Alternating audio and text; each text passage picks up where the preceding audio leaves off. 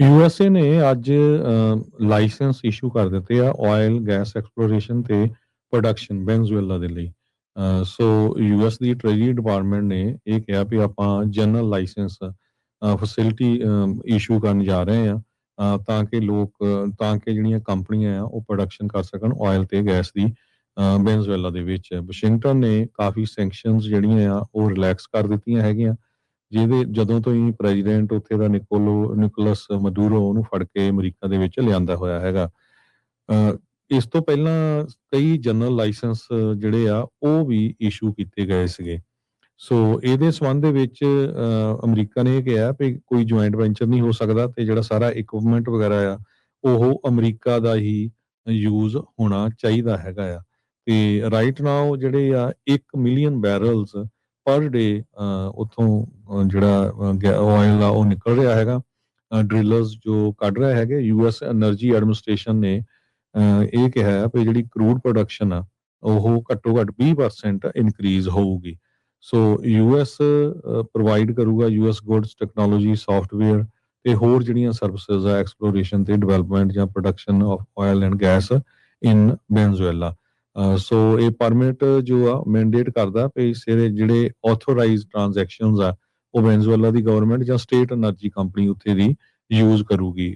America ਦੀਆਂ ਪਹਿਲਾਂ ਕੰਪਨੀਆਂ ਨੇ ਬਹੁਤ ਜ਼ਿਆਦਾ ਇਨਵੈਸਟ ਕੀਤਾ ਸੀ। ਦੈਨ 2000 ਸਨ ਦੇ ਵਿੱਚ ਵੈਨਜ਼ੂਏਲਾ ਦਾ ਜਦੋਂ ਉਸ ਟਾਈਮ ਦਾ ਪ੍ਰੈਜ਼ੀਡੈਂਟ ਹੂਗੋ ਸ਼ਾਵੇਜ਼ ਆ ਉਸਨੇ ਸਾਰੇ ਕੰਟਰੈਕਟ ਕੈਂਸਲ ਕਰਤੇ ਸੀ ਤੇ ਆਪਣੀ ਜਿਹੜੀ ਆ ਸਟੇਟ ਦੇ ਅੰਡਰ ਜਾਣੀ ਕਿ ਕੰਟਰੀ ਦੇ ਅੰਡਰ ਹੀ ਜਿਹੜੀ ਆ ਆਇਲ ਦਾ ਸਾਰਾ ਬਿਜ਼ਨਸ ਜਿਹੜਾ ਕੰਟਰੋਲ ਕਰ ਰਿਹਾ ਸੀ। ਉਹਦੇ ਨਾਲ ਅਮਰੀਕਾ ਦੀਆਂ ਕੰਪਨੀਆਂ ਨੂੰ ਬਹੁਤ ਜ਼ਿਆਦਾ ਲਾਸ ਹੋਇਆ ਸੀ। ਇਸੇ ਕਰਕੇ ਜੋ ਕੰਪਨੀਆਂ ਆ ਹਜੇ ਘਬਰਾ ਰਹੀਆਂ ਸੀ ਕਿ ਕੱਲ ਨੂੰ ਪਤਾ ਨਹੀਂ ਕੀ ਹੋਊਗਾ, ਕਿਉਂਕਿ ਪ੍ਰੈਜ਼ੀਡੈਂਟ ਉਹਨਾਂ ਨੇ ਕਈ ਕੰਪਨੀਆਂ ਜਿਹੜੀਆਂ ਮੇਨ ਉਹਨਾਂ ਦੇ ਸੀਈਓਜ਼ ਦੀ ਇਕੱਠੀ ਮੀਟਿੰਗ ਕੀਤੀ ਸੀਗੀ।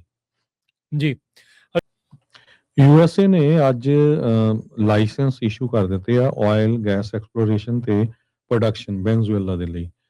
ਸੋ ਯੂਐਸ ਦੀ ਟ੍ਰੇਜਰੀ ਡਿਪਾਰਟਮੈਂਟ ਨੇ ਇਹ ਕਿਹਾ ਵੀ ਆਪਾਂ ਜਨਰਲ ਲਾਇਸੈਂਸ ਫੈਸਿਲਿਟੀ ਇਸ਼ੂ ਕਰਨ ਜਾ ਰਹੇ ਆ, ਤਾਂ ਕਿ ਜਿਹੜੀਆਂ ਕੰਪਨੀਆਂ ਆ ਉਹ ਪ੍ਰੋਡਕਸ਼ਨ ਕਰ ਸਕਣ ਆਇਲ ਤੇ ਗੈਸ ਦੀ ਵੈਨਜ਼ੂਏਲਾ ਦੇ ਵਿੱਚ। ਵਾਸ਼ਿੰਗਟਨ ਨੇ ਕਾਫੀ ਸੈਂਕਸ਼ਨਸ ਜਿਹੜੀਆਂ ਆ ਉਹ ਰਿਲੈਕਸ ਕਰ ਦਿੱਤੀਆਂ ਹੈਗੀਆਂ, ਜਿਹਦੇ ਜਦੋਂ ਤੋਂ ਹੀ ਪ੍ਰੈਜ਼ੀਡੈਂਟ ਉੱਥੇ ਦਾ ਨਿਕੋਲਸ ਮਦੂਰੋ ਉਹਨੂੰ ਫੜ ਕੇ ਅਮਰੀਕਾ ਦੇ ਵਿੱਚ ਲਿਆਂਦਾ ਹੋਇਆ ਹੈਗਾ। ਇਸ ਤੋਂ ਪਹਿਲਾਂ ਕਈ ਜਨਰਲ ਲਾਇਸੈਂਸ ਜਿਹੜੇ ਆ ਉਹ ਵੀ ਇਸ਼ੂ ਕੀਤੇ ਗਏ ਸੀਗੇ। ਸੋ ਇਹਦੇ ਸੰਬੰਧ ਦੇ ਵਿੱਚ ਅਮਰੀਕਾ ਨੇ ਇਹ ਕਿਹਾ ਵੀ ਕੋਈ ਜੁਆਇੰਟ ਵੈਂਚਰ ਨਹੀਂ ਹੋ ਸਕਦਾ ਤੇ ਜਿਹੜਾ ਸਾਰਾ ਇਕਵਿਪਮੈਂਟ ਵਗੈਰਾ ਆ ਉਹ ਅਮਰੀਕਾ ਦਾ ਹੀ ਯੂਜ਼ ਹੋਣਾ ਚਾਹੀਦਾ ਹੈਗਾ ਆ। ਤੇ ਰਾਈਟ ਨਾਓ ਜਿਹੜੇ ਆ 1 ਮਿਲੀਅਨ ਬੈਰਲਸ ਪਰ ਡੇ ਉੱਥੋਂ ਜਿਹੜਾ ਆਇਲ ਆ ਉਹ ਨਿਕਲ ਰਿਹਾ ਹੈਗਾ। ਡ੍ਰਿਲਰਸ ਜੋ ਕੱਢ ਰਹੇ ਹੈਗੇ, ਯੂਐਸ એનર્ਜੀ ਐਡਮਿਨਿਸਟ੍ਰੇਸ਼ਨ ਨੇ ਇਹ ਕਿਹਾ ਹੈ ਵੀ ਜਿਹੜੀ ਕਰੂਡ ਪ੍ਰੋਡਕਸ਼ਨ ਆ ਉਹ ਘੱਟੋ ਘੱਟ 20% ਇਨਕਰੀਜ਼ ਹੋਊਗੀ। ਸੋ ਯੂਐਸ ਪ੍ਰੋਵਾਈਡ ਕਰੂਗਾ ਯੂਐਸ ਗੁੱਡਸ ਟੈਕਨੋਲੋਜੀ ਸੌਫਟਵੇਅਰ ਤੇ ਹੋਰ ਜਿਹੜੀਆਂ ਸਰਵਿਸਿਜ਼ ਆ ਐਕਸਪਲੋਰੇਸ਼ਨ ਤੇ ਡਿਵੈਲਪਮੈਂਟ ਜਾਂ production of oil and gas in Venezuela. So ਇਹ ਪਰਮਿਟ ਜੋ ਆ ਮੈਂਡੇਟ ਕਰਦਾ ਵੀ ਸਾਰੇ ਜਿਹੜੇ ਆਥੋਰਾਈਜ਼ਡ ਟ੍ਰਾਂਜੈਕਸ਼ਨਸ ਆ ਉਹ ਵੈਨਜ਼ੂਏਲਾ ਦੀ ਗਵਰਨਮੈਂਟ ਜਾਂ ਸਟੇਟ એનર્ਜੀ ਕੰਪਨੀ ਉੱਥੇ ਦੀ ਯੂਜ਼ ਕਰੂਗੀ।